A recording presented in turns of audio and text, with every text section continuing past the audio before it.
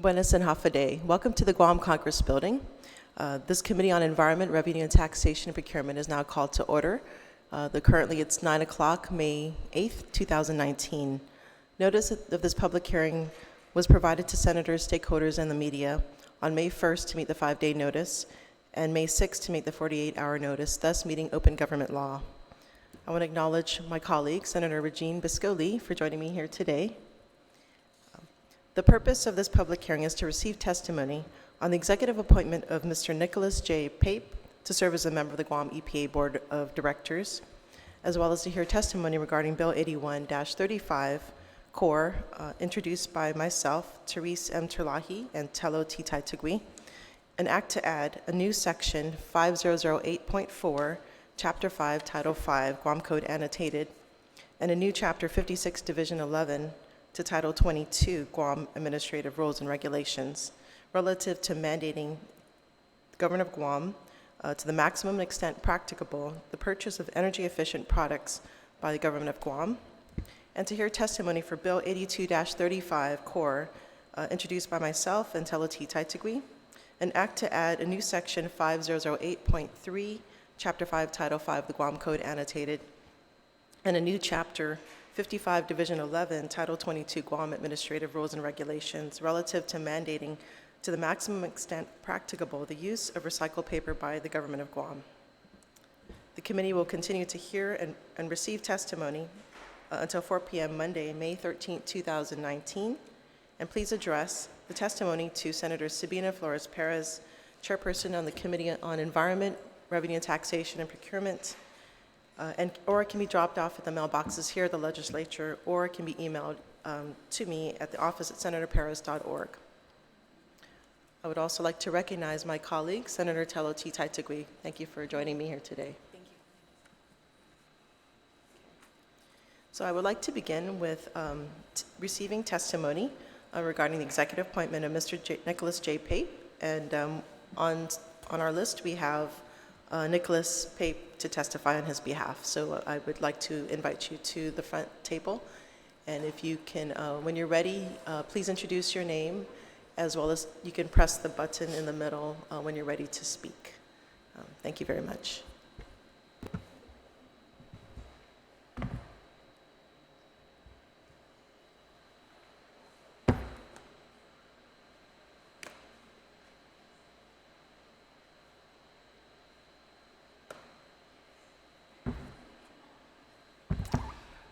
Hi, thank you for having me here today. My name is Nicolas Pape. It's an honor to be before you here and an honor to be nominated for this board position. I have prepared a brief statement about myself, my connection to Guam, and why I think I can make a positive impact on the Guam EPA board. I have been a full-time resident of Guam for the last 3 years. I moved to Guam with my wife, Mia Perez, who was born and raised here on Guam. Mia is the daughter of Peter F. Perez and the late Barbara Perez. My wife and I have 2 children, Nico, who's 5 years old, and Barbara, who is 15 months old. I met my wife at the University of Washington 15 years ago, and before moving here, we traveled to Guam nearly every summer and Christmas. Upon visiting Guam for the first time, I was struck by the natural beauty of the island and also its rich culture. As someone who grew up in Chicago, this is a place like nothing I'd ever seen before or experienced, and it made a strong impact on me. Over the years, I developed many friendships and connections with people on and from Guam. And back in 2011, I was asked to come here as a keynote speaker for a sustainability conference at the University of Guam. Over time, Guam has become to feel more and more like home, and for the last 3 years, it has been for me and my family. In terms of my career, for the last 10 years, I've been working in the area of renewable energy, and I'm currently a part owner and CFO of a San Francisco-based utility-scale solar company called Intersect Power. As the CFO, I'm responsible for management and oversight of all financial activities of the company, including corporate finance, project finance, accounting, budgeting, risk management, and investor relations. I was drawn to working in the solar industry because I'm passionate about the environment, and I wanted to be a part of the transformation of the energy industry towards cleaner and more renewable sources of power. I feel this transformation is one critical element of protecting and preserving the environment for future generations, and I wanted to be able to tell my children that I played a role in that. When I started in the industry 10 years ago, we were doing small stuff, building things on carports and rooftops of warehouses.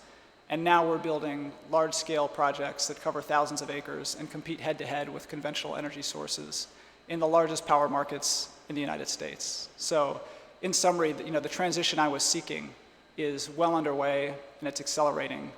And I really have a lot of hope for the future based on what I've seen develop throughout my career. My company is primarily active in California and Texas. We don't have any business connections or activities on Guam whatsoever, nor do I think we ever would in the future.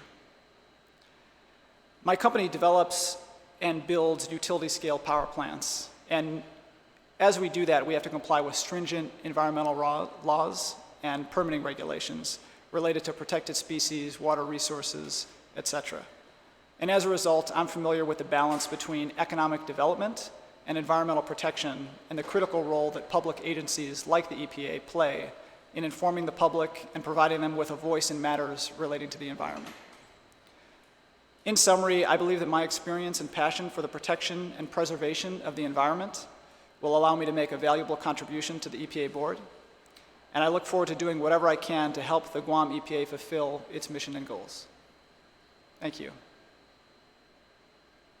Suzu's Masi, Mr. Pape, I would like thank you so much for your words, and I would like to also, before I move to my other colleagues, I want to acknowledge Senator Peter Terla, who has joined me here today. So I would like to open the floor to my colleagues for any questions or comments. Senator Regine.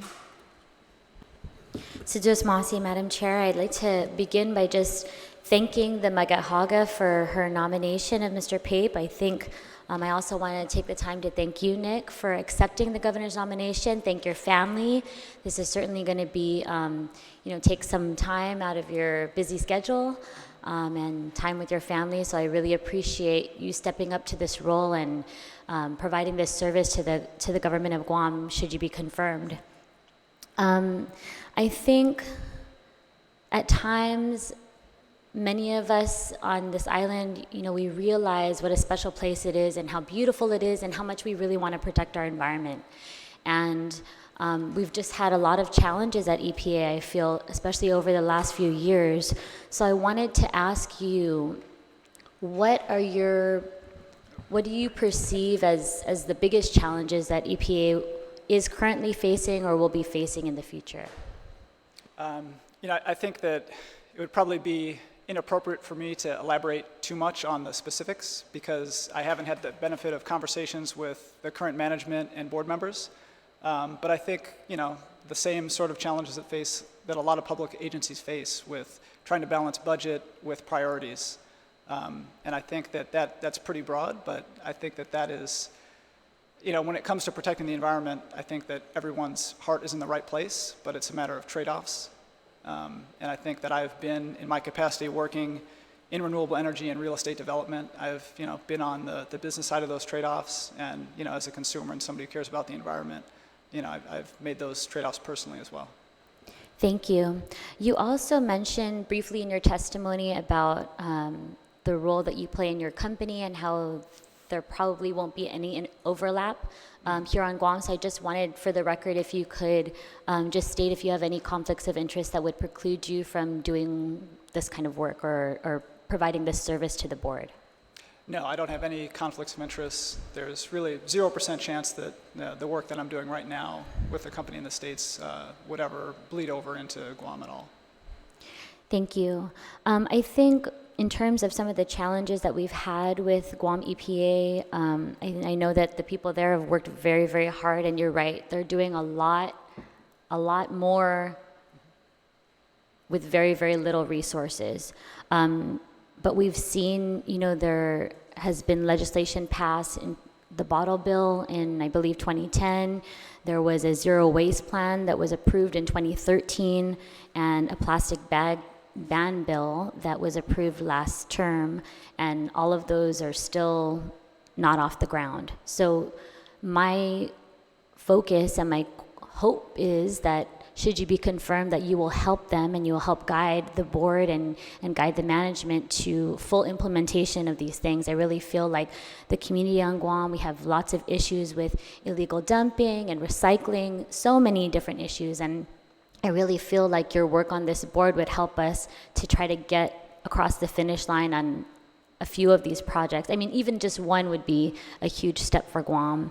But I do want to thank you so much, Nick. I had the privilege of knowing you personally, and I realize why you're stepping into this role. And we want to make sure that Guam remains beautiful for Nico, for Tiny, for all of our children. We want to make sure that that's what it is. And I know that the kind of person you are, and that's the reason why you're stepping into this role. So I just want to thank you so much for taking the time this morning. Thank your family for coming, but also, for giving your precious and valuable time to the people of Guam. I think you'll do very well in this position, and I just want to say thank you and go Huskies. Thank you. Thank you, Senator Lee. Senator Taitigui? Thank you, Madam Chair, and good morning, everyone. I also like to thank you for stepping up to the plate, but I'm pretty sure this decision to sit on this board came with a lot of advice from your family members, your in-laws, because one thing I know about the Perez family is they're very opinionated. But they're very intelligent. They've been on this island for a long time, and they've served the people of Guam in many different capacities. So I'm pretty sure they told you exactly what you're expected and what to expect as well. So you're still sitting here. So I want to thank you for that. And of course, to your wife for allowing you to do that as well, because it's a family decision. It is. To serve on a board, especially one like this. Environment is very dear to me, and I'm very grateful this term as senator to have an oversight chair that is even more compassionate about the environment. So you're going to be working with somebody well versed on this, and very helpful too. Always having an open door, as well as myself. Your experience on Guam right now, if there's one thing that you would like to see done for our environment, being here only 3 years, what is that one thing that you'd like to see done more of on an environmental perspective? I think that from my perspective, having come, the place I lived before Guam immediately was the Bay Area.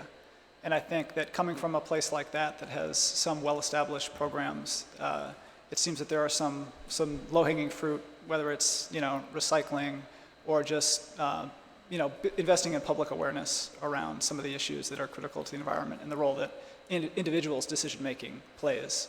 I think is something that I was sort of more immersed in there than I found myself here. And so I think that that's one example that comes to mind, but there's always room to grow, and there's a lot of things and a lot of programs that were mentioned that need to get off the ground, and I think those are all worthwhile. Okay. Well, there is one that's coming up. Hopefully we'll have this bill passed in this upcoming session, with regards to a task force that's been put into place to address the used oil on Guam. Mm-hmm. And so I hope you put some effort into that one and do some research on that, because we definitely need some help in this perspective. And once again, I'd like to thank you so much for stepping up to the plate in an area that's very dear to my heart as well, and looking forward to working with you. And I have to say something, because I thought, when my staff wrote your name down, right, they added an R at the end of your name, and making it paper. Yeah. And I'm like, wow, how ironic, because we're here to also address some bills on recycling paper.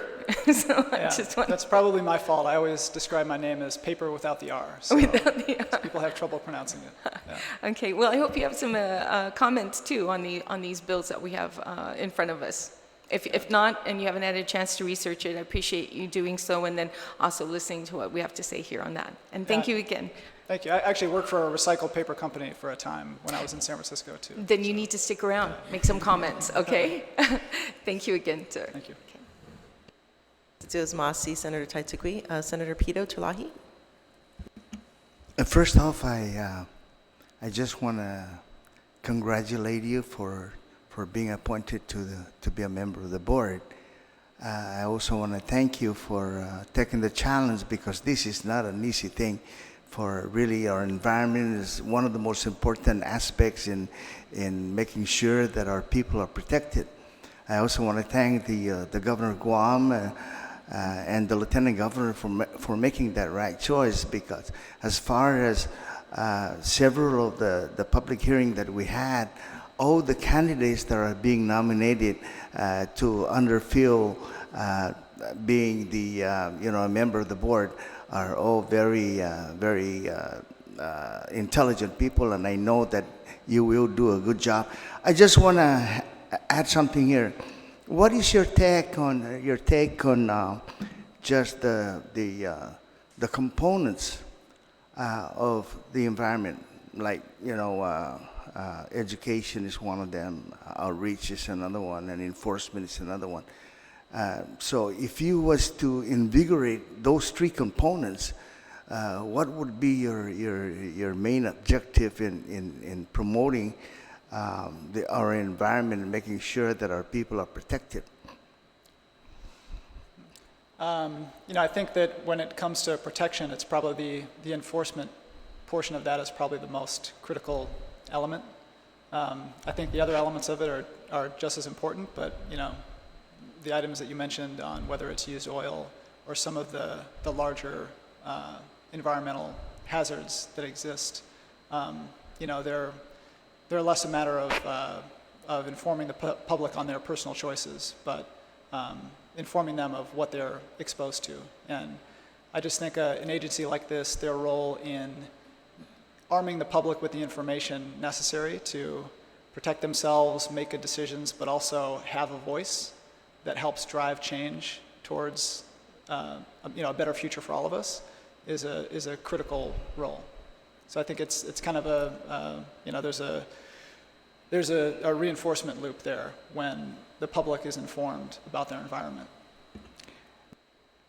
And when we work on this in trying to kind of invigorate the things that we need to do to really have a clean environment, all those three components are overlapping. They're just as important.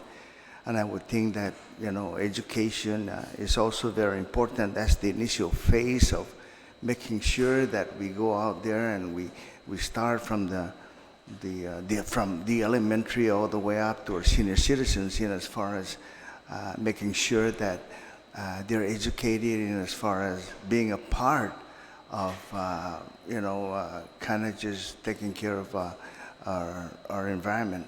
So I just want to thank you for again, taking the challenge, because you have hard work ahead to make sure that we abide with the provisions of protecting our environment. Thank you very much, Mr. Pape. Thank you. Thank you, Senator Tulahi. I would like to acknowledge my colleague, Senator Kelly Marsh Titan, who has joined us here today as well. Would you like to make any comments regarding the nomination? I know you just walked in. Sorry. Suzus Basi for the opportunity, but I do look forward to reading through the packet so that I can catch up with the events of today. Senator Regine Bascali. Nick, sorry, just one more question. You were mentioning in your response to a previous speaker about your time in the Bay Area and how you felt like living in that community, there were a number of things that they were doing right that might be low-hanging fruit for Guam EPA. Could you just share maybe one or two of those things with the committee? I think with some of the programs just around recycling, making it easier on consumers to make the right choice. I think that I'm sure that when I was there, over the period of time that I was there, they banned plastic bags as well and saw that transition and know, those sorts of things that are on your agenda and that need to move forward and get off the ground. I think I've seen that implementation from a consumer perspective, and I don't have any specific, I don't know what the situation is on the ground that the EPA is managing through right now, but I think that just my experience living through that and being focused on solving problems and being determined to see things through the end, I think will be helpful as I sit on the board. Yeah, I agree, and I think that your finance background will also help them, again, try to do more with less, and then hopefully we can figure out additional ways to marshal resources toward enforcement and really trying to get the word out about these pieces of legislation that are now public law, that we need to work in partnership, not just with EPA, they're not the only ones that are supposed to be doing that, but our entire community needs to be aware of them. And I think outreach and education is an important component of all of that. So again, thanks so much, Nick. Thank you. Thank you, Madam Chair. Thank you, Senator Lee. Thank you, Mr. Pape, for being here today, and thank you for accepting the nomination. It's great to see that you bring a lot of expertise behind you, and as well as a fresh perspective. Coming from the Bay Area, I think that's very powerful. It's a breeding ground of environmentalism, I think. And if you were environmentalist to begin with, it would definitely strengthen your resolve. So we do appreciate that you're taking the time to be a part of this board and to accept the nomination. So thank you so much. Thank you.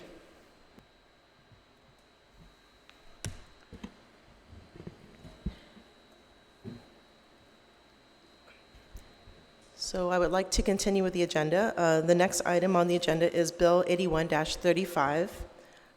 It's introduced by myself, Sabina Flores Perez, co-sponsored by Therese, Sherlocky, and Teletype. It's an act to add Section 5008.4 to Chapter 5, Title 5, Guam Code Annotated, and a new Chapter 56, Division 11 to Title 22 of the Guam Administrative Rules and Regulations relative to mandating to the maximum extent practicable the purchase of an energy-efficient product by the government of Guam.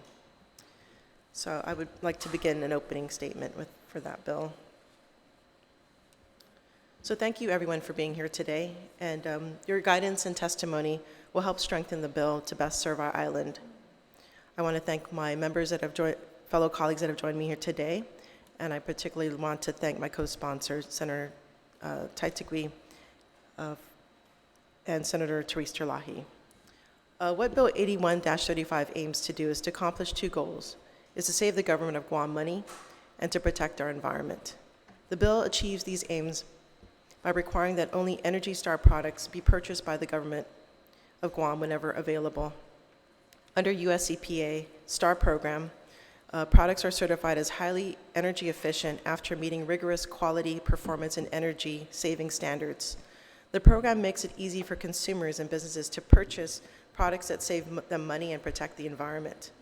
Unfortunately, Energy Star products are often overlooked when Gov Guam is forced to choose the lowest cost option, even though these more efficient products are cheaper in the long run due to energy savings. And while it's possible for bid specifications to be written to include energy efficiency performance standards, this would need to be done on a case-by-case basis, and there's no guarantee that every government entity will understand and incorporate such standards when developing procurement documents. As such, Bill 81-35 establishes a government-wide mandate that only Energy Star products be purchased. The bill provides careful exemptions in the case that an Energy Star product fails to meet performance requirements or if it's unavailable at a reasonable time frame. As committee chair, I'm also open to considering broadening the bill's language to include more energy-efficient products that are similar to Energy Star, such as those listed by the U.S. Department of Energy's Federal Energy Management Program. Since 2005, the federal government has had similar mandate to purchase only energy-efficient products. It's estimated the U.S. government saves $200 million in energy costs annually, thanks to this mandate. When taking into this account similar mandates on the state and local level, it's estimated the U.S. public sector cumulatively saves over $1 billion annually in energy costs thanks to energy efficiency product mandates similar to the one proposed in Bill 81-35. In addition to saving the government money, Bill 8135 also protects our environment. Energy Star products reduce carbon emissions and help free our island from its dependence on imported petroleum. And by leveraging GovGuam's purchasing power, we can incentivize the local market to shift toward energy-efficient products, thus benefiting all consumers. If we want our island to embrace environmental sustainability, GovGuam must first role model best practices. By implementing a government-wide mandate to purchase energy-efficient products, we will help protect our environment while saving money. So I would like to call up, we have two people on the list who would like to testify. We have Nick Ripley-Lee from Guam EPA, as well as Philip Cruz from the UOG Center for Sustainability. If you can please come forward.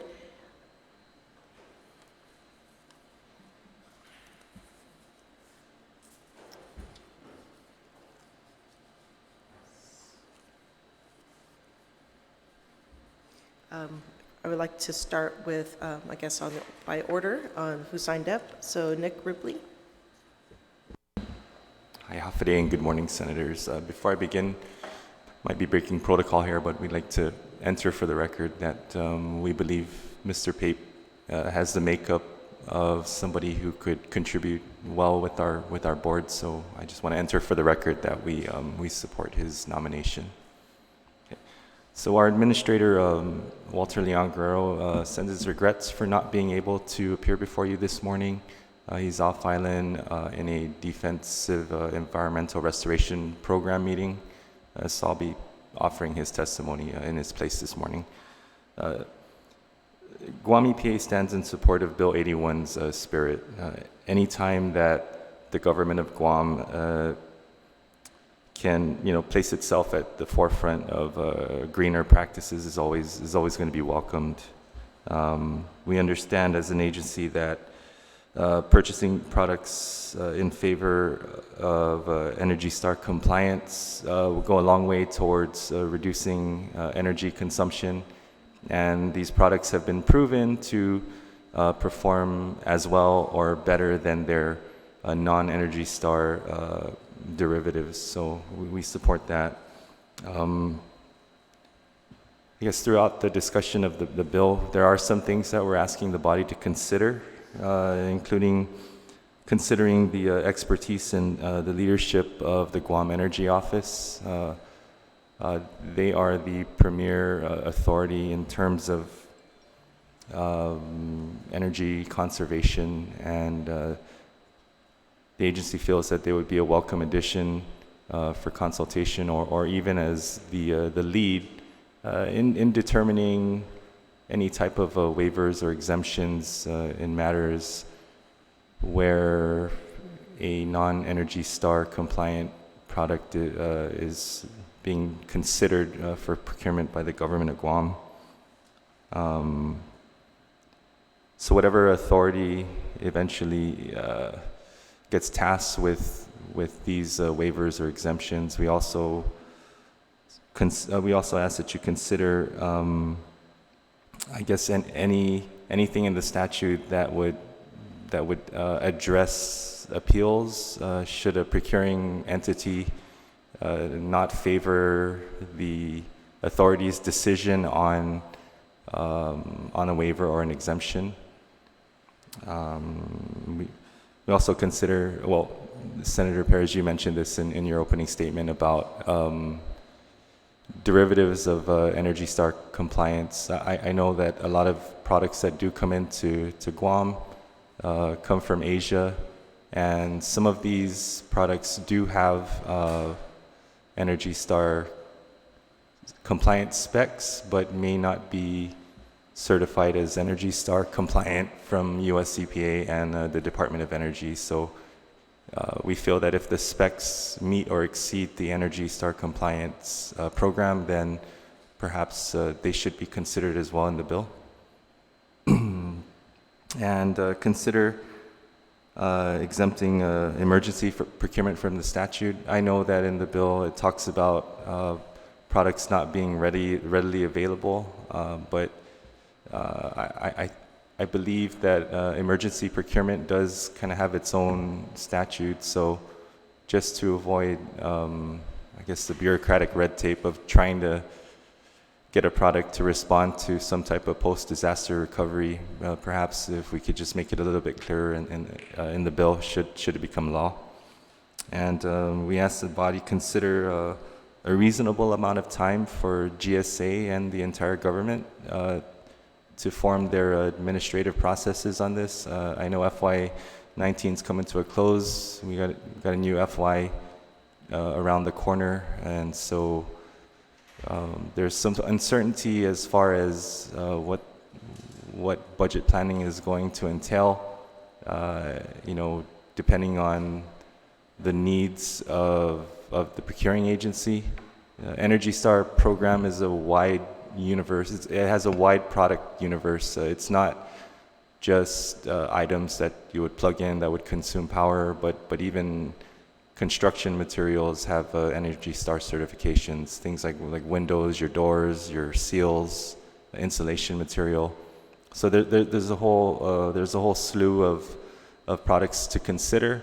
And as an agency, we want this to succeed. So those are just some of the things that we ask the body to consider when deliberating the bill. So thank you. Thank you, Mr. Ripley. If you can just wait there for a minute while we hear other testimony, and we can have questions later. All right, thank you. Mr. Cruz?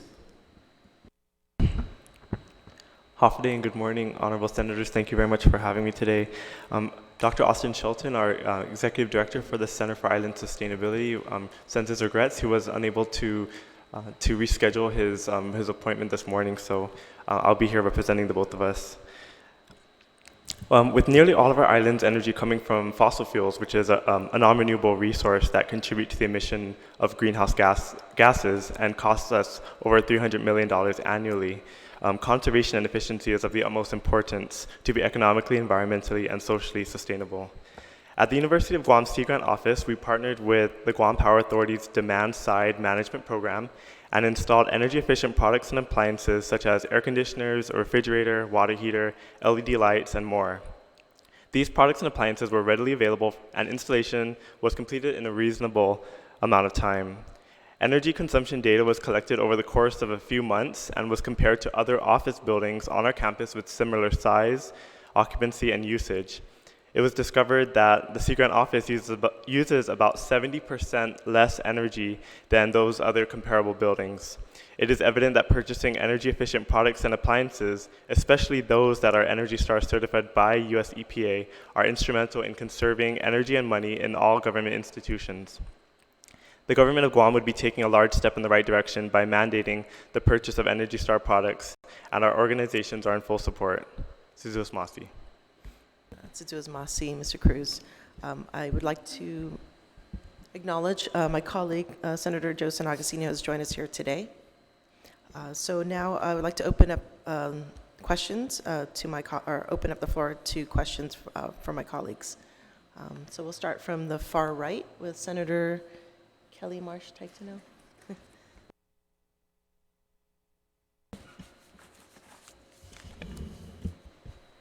Manana Sidu'us, everybody who is here. It's good to see that there are quite a few people here who are interested in these sort of measures.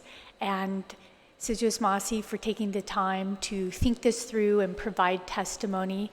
I think some of the suggestions that were proffered are helpful to be thinking about and important to consider. So Sidu'us Masi for those. I'm not sure if I have questions per se, but I would also like to, and I can discuss this with the authors further. In the section where it says, it's C, the requirements of this section shall be waived if the entity can first demonstrate in writing to the satisfaction of GEPA that the interests of the territory would be better served. So With that, possibly it would be important to require that that analysis occur just to make sure that we're being as responsible as possible with the interests of the territory. I definitely support our government being as green as possible and working towards these sort of goals that are outlined in this bill. So I'm supportive of this bill, and I'd like to help strengthen it if it's deemed helpful, some of my suggestions.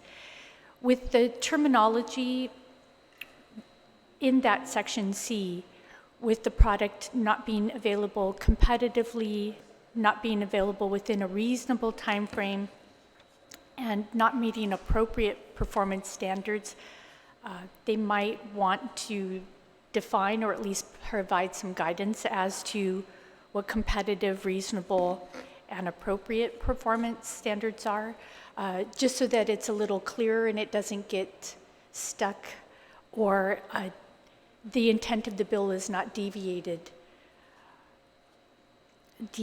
from. So those, I think, are my two suggestions, and then it's up to the authors to think about the practicality and the usefulness of them.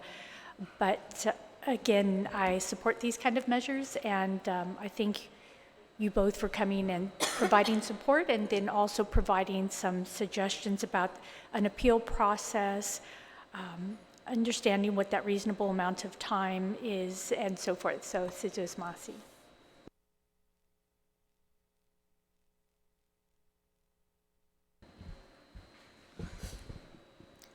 So I would like to also acknowledge, thank you, Senator Marsh, Taitano. I would like to acknowledge Speaker Tina Minnie Barnes, who's joined me here today. Thank you for being here.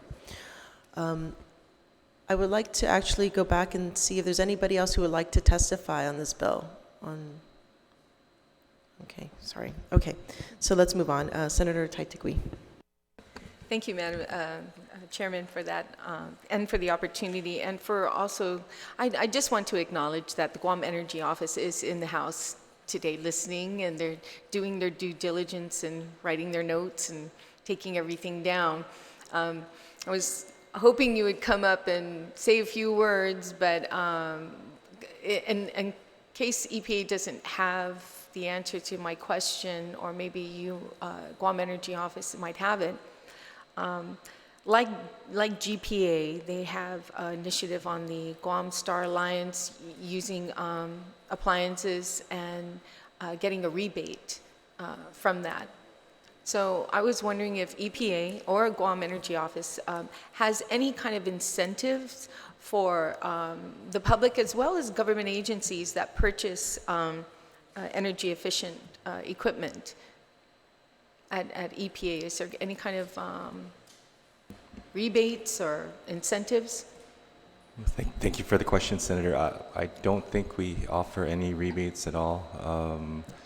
I do know that Guam Energy Office does, I guess in partnership with the Guam Power Authority, they do incentivize greener and more energy efficient purchasing.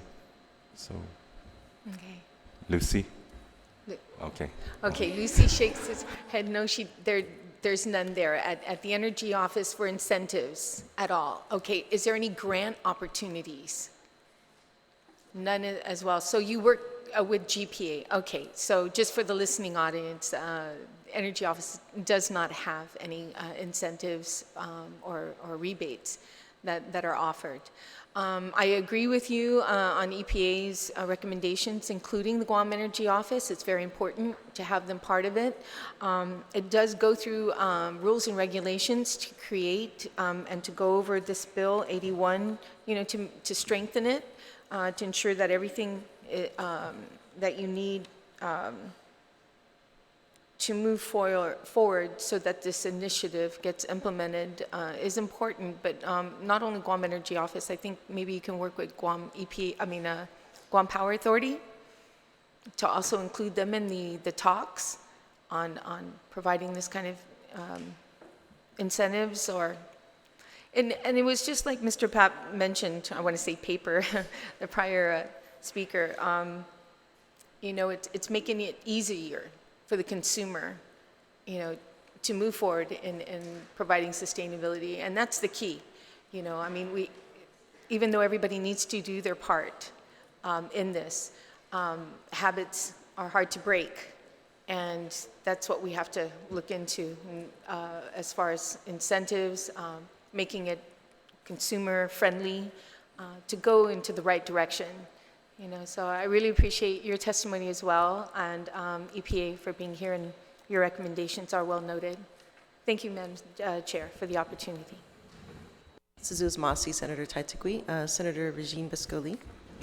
Yes, thank you, Madam Chair, and I really want to thank you and the co-sponsor of this bill for introducing this legislation. I think it's important that we have this discussion and figure out ways forward that we can be much more environmentally conscious and sustainable in everything that we do. So I just really want to thank Phil for providing the testimony from University of Guam. I think it's really important to note their pilot program in concert with GPA and their demand-side management program. And I just want to reiterate for the record, it was discovered that the Sea Grant Office uses about 70% less energy than the other comparable buildings. It's evident that purchasing energy-efficient products and appliances, especially those that are Energy Star certified by US EPA, are instrumental in conserving energy and money in all government institutions. And I think that that's really strong support of this bill. So I want to thank UOG, I want to thank the Guam Sea Grant Office for the great work that they do every day, but for giving us this example and the data that we need to really bolster our support for legislation like this.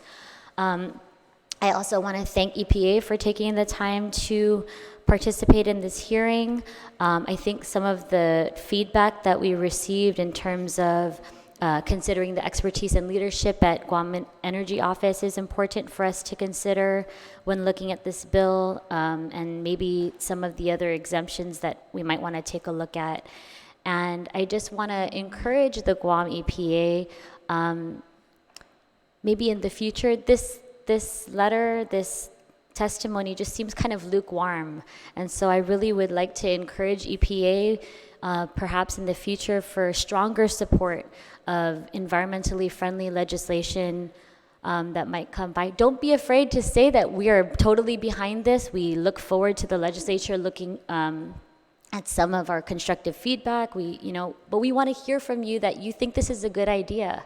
And so I think that that'll help to inform the members of this committee, but also the entire legislature and hopefully our island in the future. So again, gentlemen, thank you so much for taking the time this morning. And thank you, Madam Chair. I have no questions. Masi, Senator Regine Biscoli, Senator Peter Tulahi. First off, I want to thank the two gentlemen that testified this morning. And I think it really strengthened my mindset in as far as really supporting this bill. I only have at least a couple of things that I want to bring up. When I was going through the amendments here, there's going to be some legal ramification in as far as some of the things that we have to allow, because we do have real strict rules and regulations in as far as purchasing and bidding. So I just want to just kind of remind you that we will work, all the senators will work together with our legal counsel and to make sure that we don't violate the rules and regulations regarding bidding, processing, and things like that. But when we go into to the conversation of doing away an exemption with the purchasing and all this and the bidding process, we need to really just confine ourselves and make sure that we don't violate those rules and regulations. So I just want to thank the two of you for coming forward. I support this bill, and I want to thank the sponsor of this bill, our good Senator Taitagui, because this bill is a good bill. And I want to thank the two. And Sabina, Perez. Sorry about that. But thank you very much. Suzu's Masi, Senator Pito, Senator San Agustin. Thank you, Madam Chair.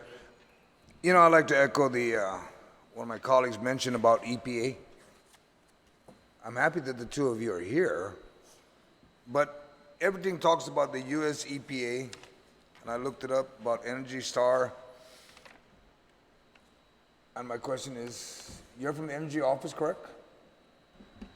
Oh, Senator, I'm from Guam EPA. Guam EPA? Do you have any other testimony that we can attach to this other than what you said that will support it? And what have you done to run the AAA on the GAR, Rules and Regulation, that we're going through a bill to amend it? This is the rules and regulation, am I correct? We're be amending, Madam Chair? So it's a combo. We're adding a mandate to Guam Code Annotated, and then we're also providing regulations so it can be implemented.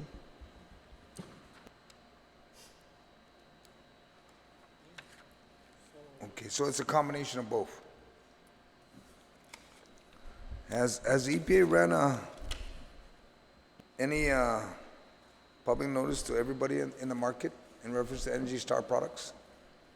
Not to my knowledge, Senator. Okay.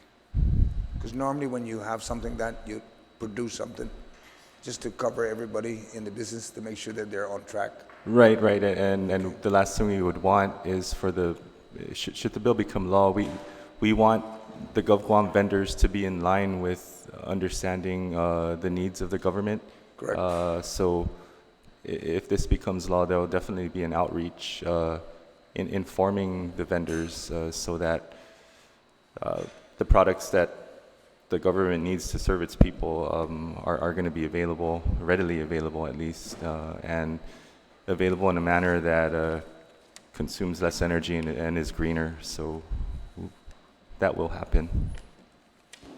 Okay, and because you're from EPA, I haven't looked at the law that governs the energy efficient. Is it in the law that governs even the buildings be energy efficient?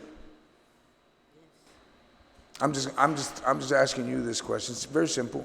Sure. Thank you for the Is it mandated question. that all GovGuam buildings that be energy efficient? I'm not aware of that, but I could get back to you on that, Senator. I do know that there is a push for buildings to be LEED certified in terms of their energy efficiency and their environmentally friendly practices, but I'm not aware of any mandates that say it must be energy efficient. But I'll definitely get back to you. And the reason why I'm asking is, if there's no mandate for the building to be energy efficient, but we want to load the building with a bunch of energy efficient products, there's something missing there. The most expensive part is the building. Everything else you buy, it's as you need. But if the building is not energy efficient, because we got Simon Sanchez coming up very soon. I want to make sure that that's online, and anything else. We've been talking recently about the Hagatna Restoration Program, and we want to make sure everything is focused towards that, so that we're not just worried about air conditions and everything else. We're talking about start with the building, and then everything just starts to flow. I just wanted to make sure that you guys are going to be on top of that. Sure, and Senator, like we were mentioning earlier, the Energy Star compliance products, they do enter the realm of things that you wouldn't normally plug in. So your windows and there's a slew of construction materials that do carry Energy Star compliance to make the building more energy efficient. So I suppose if those are built into the bid spec, then that's great. I do know that based on some cursory review, these products tend to be a little bit on the costlier side compared to their non-Energy Star derivatives, but in terms of incentivizing that practice, you'll make that back in terms of what you're going to be saving, as far as energy consumption is concerned. Okay, thank you. Suzu Masi, Senator San Augustine. I just also want to add there is a bill coming down the pipes that will address energy efficiency of buildings. So it's received a lot of support within the community. The other thing is we did outreach to GPA, and they basically confirmed what Mr. Cruz has said at CIS, that with inputting or putting in energy efficient air conditioners and other equipment, it brought down the cost, utility bills about 70%. And I've seen that myself personally. And just imagine the cost savings, and that could be used, that money that we save can go towards other needs that the agency may need. So I also want to acknowledge that the Guam Energy Office Director is currently off island, but she would submit testimony in support of this bill. All right, so Speaker, would you like to proceed? Yeah. Si Zeus Masi, Madam Chairman, Anna Zeus, and thank you to the gentlemen that are here in front of us as panelists. I want to maybe direct a question to the testimony of Walter Leon Guerrero, and maybe ask Mr. Ruby if you can share with me that a couple of the recommendations as noted for future amendments would include, one, consider exempting emergency procurement from this statute, and maybe just for my personal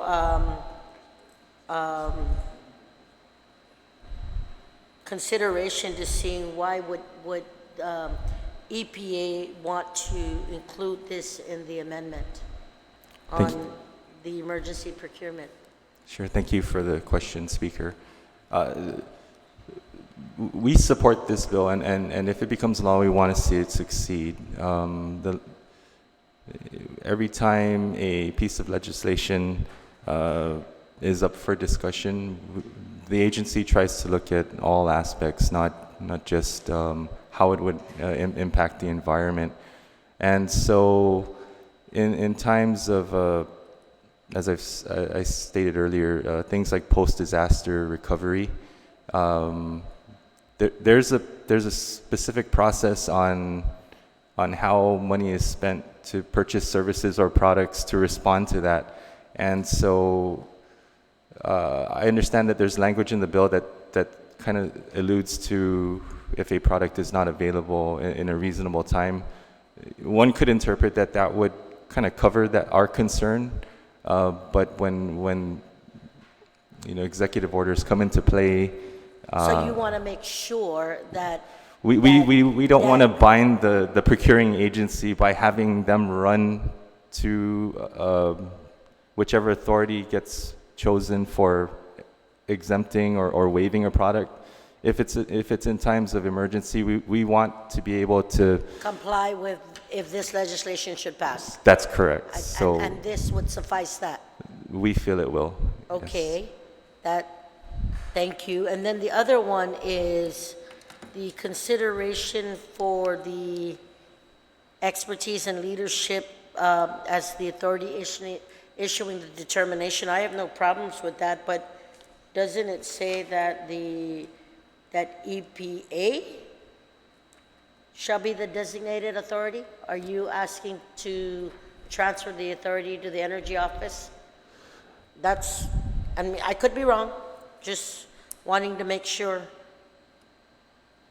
The recommendation from the administrative standpoint, however, we ask that the body consider the following for future amendments, and it says, consider the expertise and leadership of Guam Energy Office. I respect that as the authority of issuing the determination, but the purchase for the determination and everything comes from EPA. I could be wrong. I'm just wanting to make sure.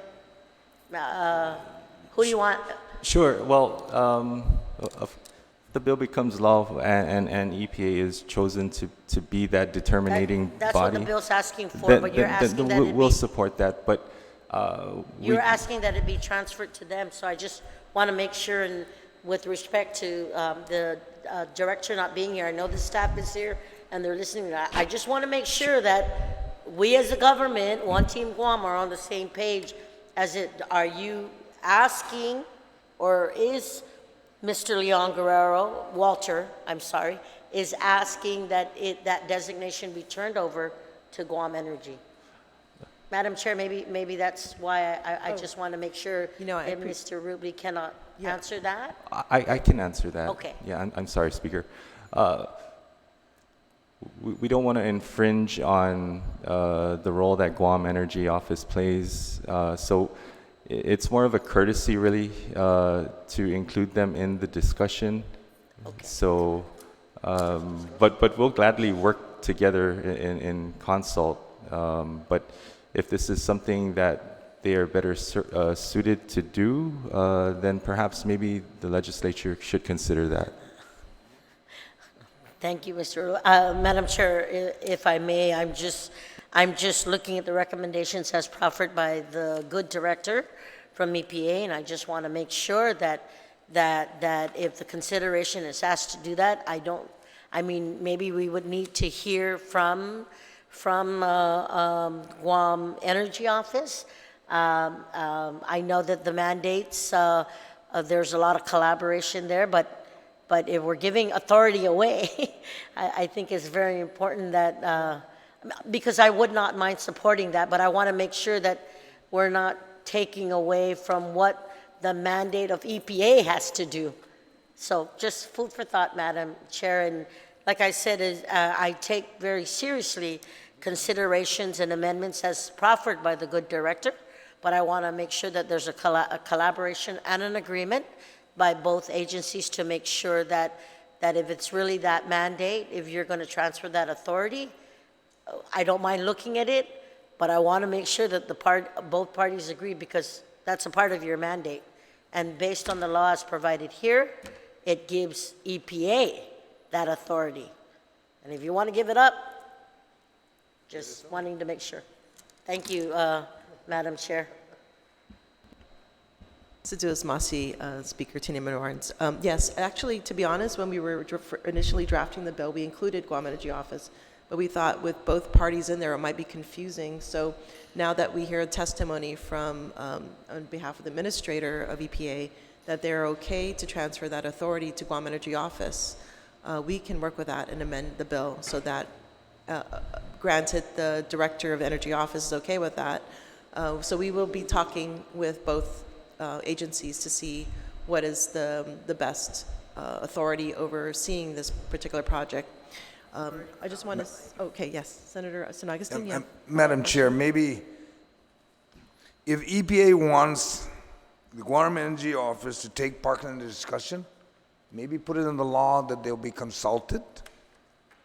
Because anything about Energy Star talks about the U.S. EPA. And the only counterpart we find on Guam is not the Energy Office, but it's your office. And you should be the lead, and let the Energy Office give you recommendation and advice. But I don't recommend that the EPA, you stay in the lead, don't give up no authority, consider their consultation or their advice. But if anything's going to fall through the cracks, I'll be looking at EPA. I won't be looking at the Guam Energy Office, because the U.S. EPA is on top of that, and you'll be perfectly in line. And that's what I would recommend. Thank you for your confidence in the agency, Senator.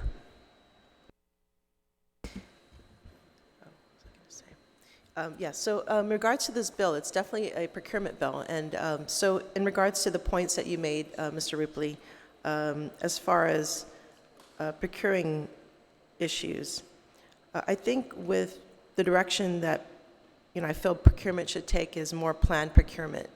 So this idea of market research and planning of specifications is something that GovGuam needs to do.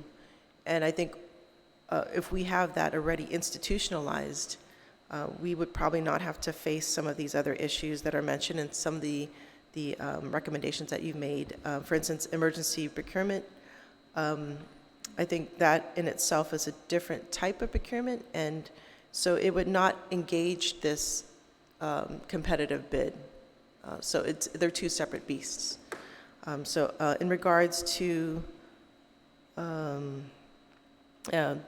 finding other certifications besides Energy Star, I think it's important that we follow U.S. standards. So if an Asian company does have U.S. certification, then that would be acceptable. But without that, I don't think that is it might not be even allowable in U.S. markets.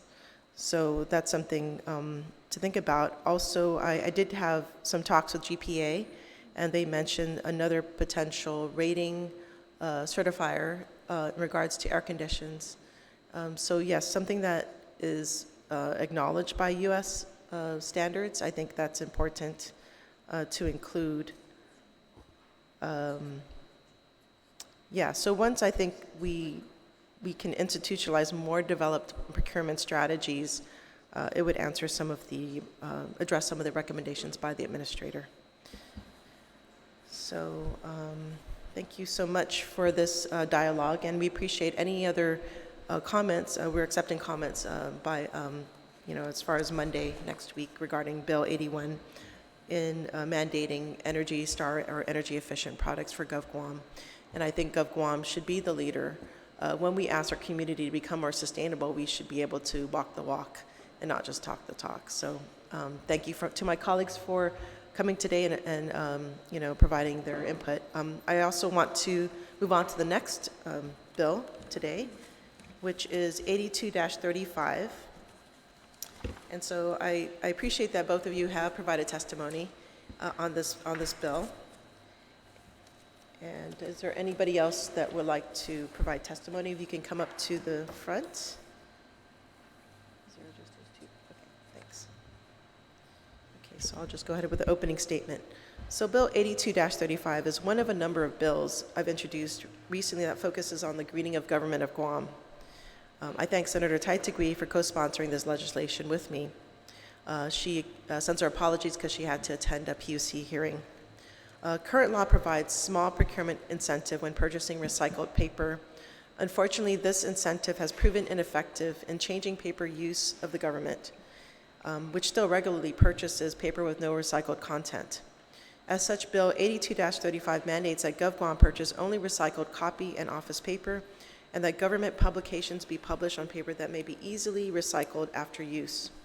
This bill amends Guam rules and regs also to include standards for recycled paper, including the minimum amount of post-consumer material required. By using this structure, Bill 82-35 allows Guam EPA to utilize a AAA process to update recycled paper requirements in GAR as paper standards and costs improve in the future. The bill anticipates certain edge cases in which a government agency may need virgin paper for specialized needs, such as carbon copy. Therefore, an exemption from mandate is included when recycled paper is inconsistent with performance or unsuitable for specs, or unavailable with a reasonable time frame. Government recycled paper mandates exist in 48 states and have been implemented with success since the mid-1990s. Early concerns about the cost and performance of recycled paper are no longer an issue. The cost of recycled paper is now competitive, and research shows the quality of recycled paper is equivalent to paper made from virgin material. Additionally, the Guam Zero Waste Plan, developed in 2013, strongly recommends a mandate on GovGuam to purchase only recycled paper.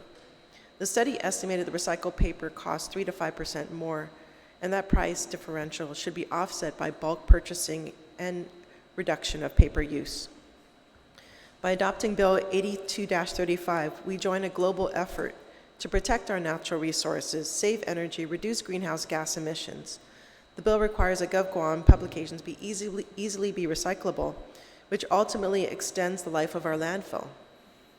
So we're talking about externalization of costs. I think it's an important investment that we make to prevent the filling of our landfill. Cumulatively, GovGuam is estimated to be the largest purchaser of paper on Guam. If we lead by example and use our purchasing ability to boost local demand for recycled paper, GovGuam will shift the market and make recycled paper more ubiquitous and affordable for the island as a whole. This is a common sense measure that establishes GovGuam as a leader in environmental stewardship. So we have two people on the list to provide testimony. So again, thank you so much, Mr. Ripley. You can go ahead and provide testimony. Thank you, Senator. Well put in your statement. Anytime that government of Guam can posture itself to demonstrate eco-friendlier practices and posture itself as a leader in the community to do that is always a great idea. The agency supports this bill, absolutely.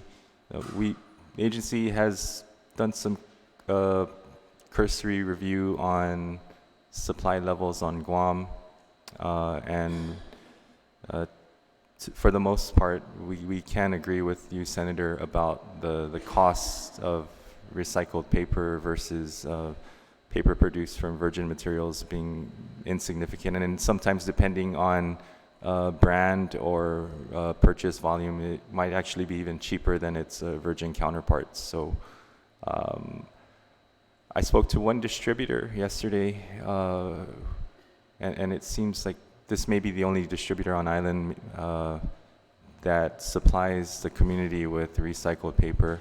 And for that reason, I was informed that federal government offices that are housed on Guam are mandated to purchase recycled paper. So this distributor brings recycled paper in specifically for that purpose. The distributor also informed me that they do have to control their ordering on this type of paper only because Guam's environment and the distributor's storage conditions could kind of damper the quality of the paper. So they do bring in a controlled amount based on the purchasing habits of whichever federal government agency is going to be coming to them for that paper. So depending on brand and volume, from a cost perspective, it's win-win. When you look at the biodegradability and the compostability of this paper, studies suggest that it has a makeup that is friendlier in compost as well. So a great measure. We only ask just for some clarification on how the agency will go about enforcing the mandate. So that's where we just need some clarification in terms of what the expectations are. For example, I mean, would the agency be required to audit the government, other government agencies? Okay, so yeah, we just wanted some clarification as far as enforcement goes. Would we have treated this as like how we would with all our other programs who perform regulatory duties? Yeah, my expectation or the expectation is that there's no need to audit. It's just up to once it's institutionalized again, as long as it's in the specifications, I think it should be pretty regulating. Yeah. Thank you. Thank you. Yes, Speaker. Madam Chair, thank you very much, and I do understand the recommendations from the agency. I thought maybe at one component, because the government has its store, its own store, I wanted to know, would it be feasible to at least first mandate that the government store be the one responsible for distributing the copier paper?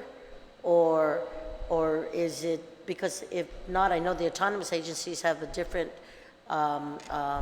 purchasing mechanism, agreement with all the vendors. And the only other concern is maybe you asked about the enforcement. Is there a timeline that is really needed for everyone to comply? We as a legislative body knew that when we were going to ban styrofoam, that we give that, or bags, that we would give that timeline so all the vendors could start complying. So I think mine would be two-part, is mandating first the government to procure that kind of copier paper, or and then making sure that we give a timeline for all vendors to comply. Thank you, Speaker. I agree with those sentiments. I think it will only strengthen the success of this bill. So I think most line agencies get most of their office supplies whenever available from GSA's TENDA. And that would be a great starting point. But again, that's a procurement realm, and I think that a reasonable amount of time procurement realm in the sense that it's controlled by GSA. So I think a reasonable amount of time again would be needed. Again, we're on the cusp of everybody sorting out their budgets. We're coming up on a new fiscal year, and so I think everybody should be given some proper planning time to plan for this type of change in paper. And just like how we discussed in the previous bill, GovGuam vendors need to make sure that they're able to supply the government's needs when this mandate goes live. So again, in discussion with this one particular distributor, they carry the recycled paper strictly because the federal government requires it. Be mandated. Yeah, so I believe there were 6 other office supply vendors that I spoke to. None of them carry any recycled paper at all. And cursory discussion again with these folks. They cited price differences in cost, but I was able to talk to one distributor and said that is not it's not exactly the case. So I think I even attached a quotation noting that. So is the 1-year timeline sufficient time to put all the agencies in conformance? Would that be a reasonable time for you, or are you feeling that maybe a little bit longer? I don't want to speak for other agencies. I do know that for our agency that would be more than enough time. But I feel that perhaps maybe DOA and GSA should be kind of brought into that discussion. They would have more knowledge on that sort of thing. Thank you. Sitos Masi, Madam Chair. This is Masi. Sorry, we're going to actually ask Mr. Philip Cruz to testify, and then we can have more questions later. No problem. Okay. Thank you. Thank you for the questions. All right, Cesar Masi. Again, I'm representing the University of Guam Center for Island Sustainability and the University of Guam Sea Grant Program, and our Executive Director, Dr. Austin Shelton, regrets that he's unable to make it today due to prior commitments. So we provide support and a few suggestions to Bill number 82, Recycled Paper Mandate. We would like to see language in the bill providing guidelines for GovGuam agencies to reduce their consumption of paper and a means to divert paper waste from the Ladson landfill. Purchasing paper that is made from recycled or partially recycled material conserves forests in parts of the world where our paper is acquired. Although purchasing and utilizing goods made from recycled material is a step forward for Guam, we suggest this bill also mandate steps to reduce and reuse as more favorable alternatives. Reducing the consumption and use of paper lowers our carbon footprint through lessening the demand to import these products to Guam. Reducing the use of paper is feasible. In our offices, we electronically sign our documents to reduce or eliminate the need for printing memos and letters, and email soft copies to recipients. When a hard copy is required, double-sided printing is an option that can decrease consumption by half. After the paper has served its useful life, our paper is shredded and used as mulch in our gardens or is provided to farmers or landscapers. By implementing these practices, our office is eliminating the need for paper to be disposed of in the landfill, which is the least favorable waste management option. It is known that cells 1 and 2 in the landfill are filling rapidly and may reach its full capacity by next summer. Furthermore, the Guam Solid Waste Authority needs $30 million to finance the construction of a new cell to continue to service the island. We recommend taking this bill a step further and mandating the reduction and diversion of paper to extend the life of the landfill and save millions in tax dollars. By taking our suggestions into consideration, we hope to work together to build a more sustainable government for the people of Guam. Sizus Masi. Masi, thank you for such the testimony, and I actually am full support of these recommendations. So I would like to open the floor to my colleagues for any questions. Speaker Munibarn, do you have any other questions? I'm hoping Phil can help me with this inquiry. The recommendation for reducing the consumption and use of paper lowers the carbon footprint and lessening the demand to import these products. and he asked that that the bill mandate to reduce by more favorable alternatives. And I was hoping what other alternatives that we can work with. I know you talked about the double site and then using it as composting. We have a paper shredder. We shred all paper, and then we call folks in and ask them to pick it up. I have a niece who takes it and uses it as a compost, and then even uses it as a bed for the, instead of hay, use it with chicken, like a nesting area. So my take to you is, what other alternatives besides those two that we can look at mandating? So thank you for the question. Maybe if it would be possible to, I mean, I don't know if encouraging is it's not the same as mandating, but to encourage offices to keep things digital, keeping memos digital, you know, just really reducing the need to print. I know in many departments it's automatic that when a memo goes out for whatever reason, it's printed and distributed to all the offices. But you know, with today's technology, I'm sure that most offices have access to the internet and have access to emails, and I think that it would be sufficient to keep things digitally as much as possible, at least for the times when we can keep it digital. And then, like I was mentioning, when a hard copy is required, to at least reduce the amount that needs to be printed by the double-sided, or even considering shrinking the font to print less pages. You know, there are many fun tips that offices can do to reduce their amount of paper that would potentially either end up in the landfill or you know, have to be shredded and disposed of. Okay, thank you. Thank you very much. Thank you. Thank you, Speaker. Senator Peter Terlahi, would you like to? Thank you very much. You know, we talked about, you know, the line agencies given that responsibility to purchase their paper at GSA. However, the thing is, maybe GSA might be charging more than if we go out in the open market and purchase the papers, right? So, am I misunderstanding the process here? Because the speaker mentioned about 1 year giving it to you know, your organization. Is that enough time? And I think if it was left up to me, I will give you that blanket authority. This blanket authority, we don't have to, as long as you know, because we always go to the cheaper part, you know, the purchasing, price quotation and all that.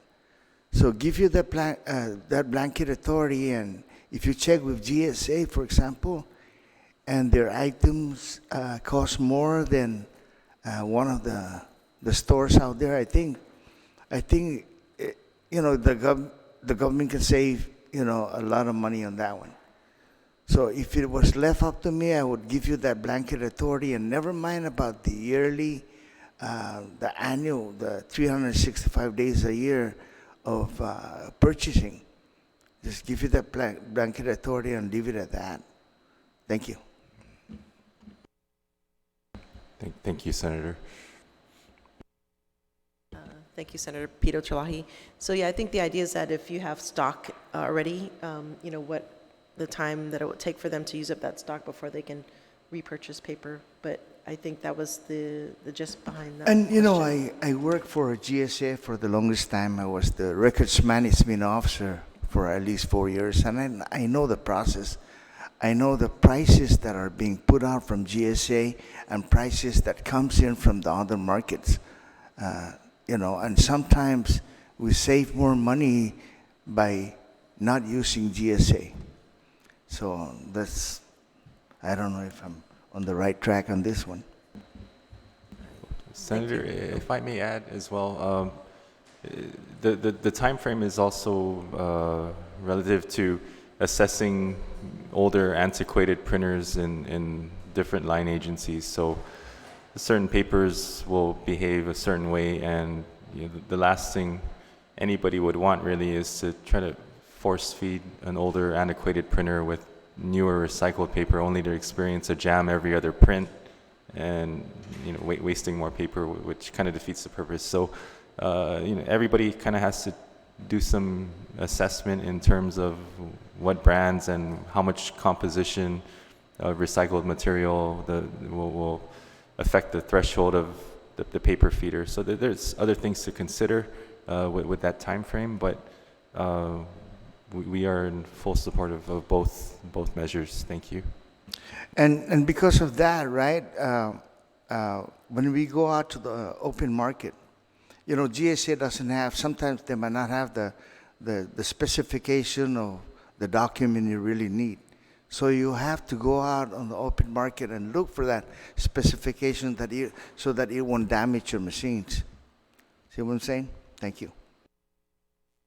Senator Zamasi for that point. Senator Kelly, March Taitano. Hafide. So good to see that you stayed here for the second bill, and Sidus Masi for your testimony and your thoughtfulness in reading through the bill, coming up with some suggestions, and pointing out some areas that could need more clarification or other issues. And I want to commend the authors of this bill. Again, there are so many things that need to be done.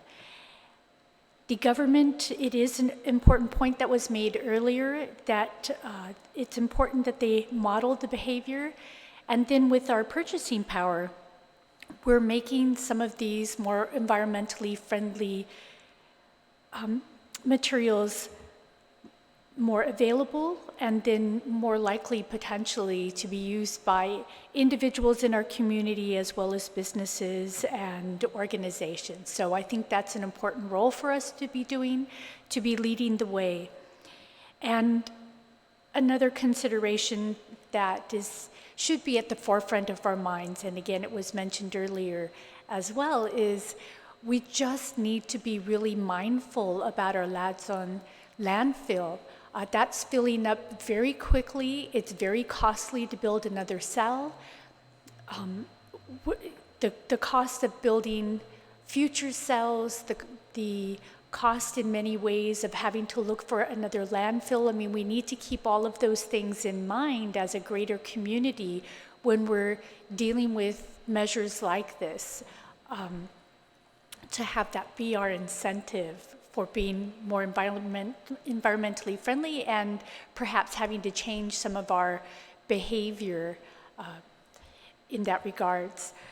So with some of what was mentioned, I do also support the suggestions by CIS, so thank you very much, Philip, for providing those, where it's asking us to also consider reusing paper and reducing our usage of paper in that way. This is a very specific bill, but I'm hoping that there will be a time within it, or a place within it, to at least encourage that sort of behavior, to be thinking about reducing and reusing. And if that language is put into this bill, I just want to encourage that there also be some language about when we do reuse paper, to be very cognizant of the fact that some of our documents are sensitive.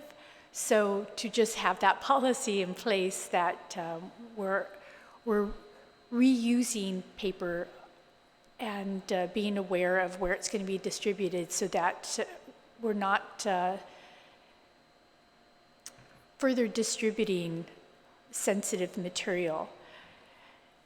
I also wanted to ask you, Philip, further, the speaker had mentioned some processes that are in place about shredding paper and so forth, but could you elaborate for us? And again, I think maybe this would be very good to include in the bill if there is room for it. Again, it's very specific, this bill. but mandating or at least encouraging processes so that with the paper we are utilizing, that we're discarding it in the most environmentally responsible way. Sorry, I'm so sorry. Can you rephrase the question? I'm not quite sure what. I got it. I started going into some discussion as well, but coming from the Center for Island Sustainability and knowing what the university offers as well as other entities, when we discard as a government, when we're discarding paper, can you make some recommendations and help us all understand what the possibilities are? I think there are university units that receive some of that shredded paper, so if you could explain that for us.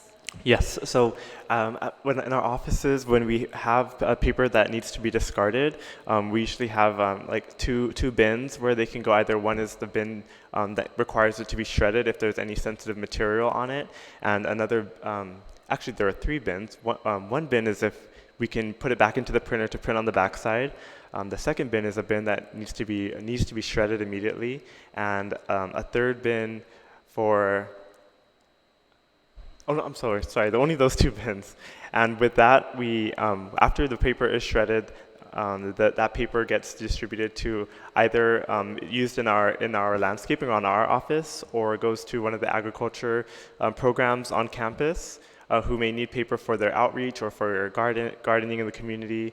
Or if not, it goes up to the Triton farm in Jigo, where it can be used either in their compost or to be used as the chicken manure bedding to help with the chicken manure, as well as mulching for their farm and their garden as well. So that's our process. So just Masi, hearing about those processes in detail is really helpful. And if there is language put in here about discarding, it could be encouraging or outlining that a plan be developed and maybe going through some of those details as you outlined. And I want to thank you, Walter, for your encouragement for going paperless when possible for our operations. I think that is something important for us to all be considering and trying to encourage amongst us all. And it was very useful to hear your cost analysis. That was a concern that recycled paper might be much more expensive and prohibitive, but your cost comparison shows us that that's not the case, that it fits right in line with what we've been paying for paper. So that was very useful to have you provide for us. And then also the discussion that we had earlier for the time for the distributors and our stores to be able to accommodate this change, as well as the government agencies, I think was really important. So I just want to make sure that I've covered everything. Those were all the points I think that I had. So again, I fully support it. I thank you for coming out and testifying, and I commend the authors of the bill for thinking of this and putting this bill forward. Thank you, Senator March-Titano. Yes, I just want to wrap up and say that these 2 bills are just the first steps in greening of government of Guam, and I feel that we should be leaders in sustainability, and we need to take these initial steps to do that. There are many jurisdictions that have already done this, and we just have to see how it works for them, and also apply it and modify it to our needs as well. And so the bill does, although it does provide direction to green government operations, it also, it allows for us to do in a way that's sensible. And I think that, if we can do it together, it's even more powerful. We can bring down the cost of government, make it more functional and environmental. So Saduas Masi for everyone who has been, who came out here today to testify, and for listening. Saduas Masi. This concludes the public hearing. We'll continue to accept testimony until 4 p.m.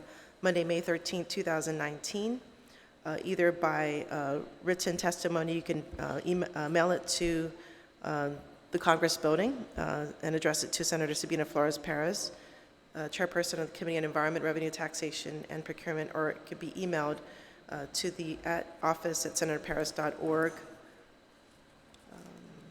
Anything else? So, yeah, we will now adjourn this public hearing. Masi.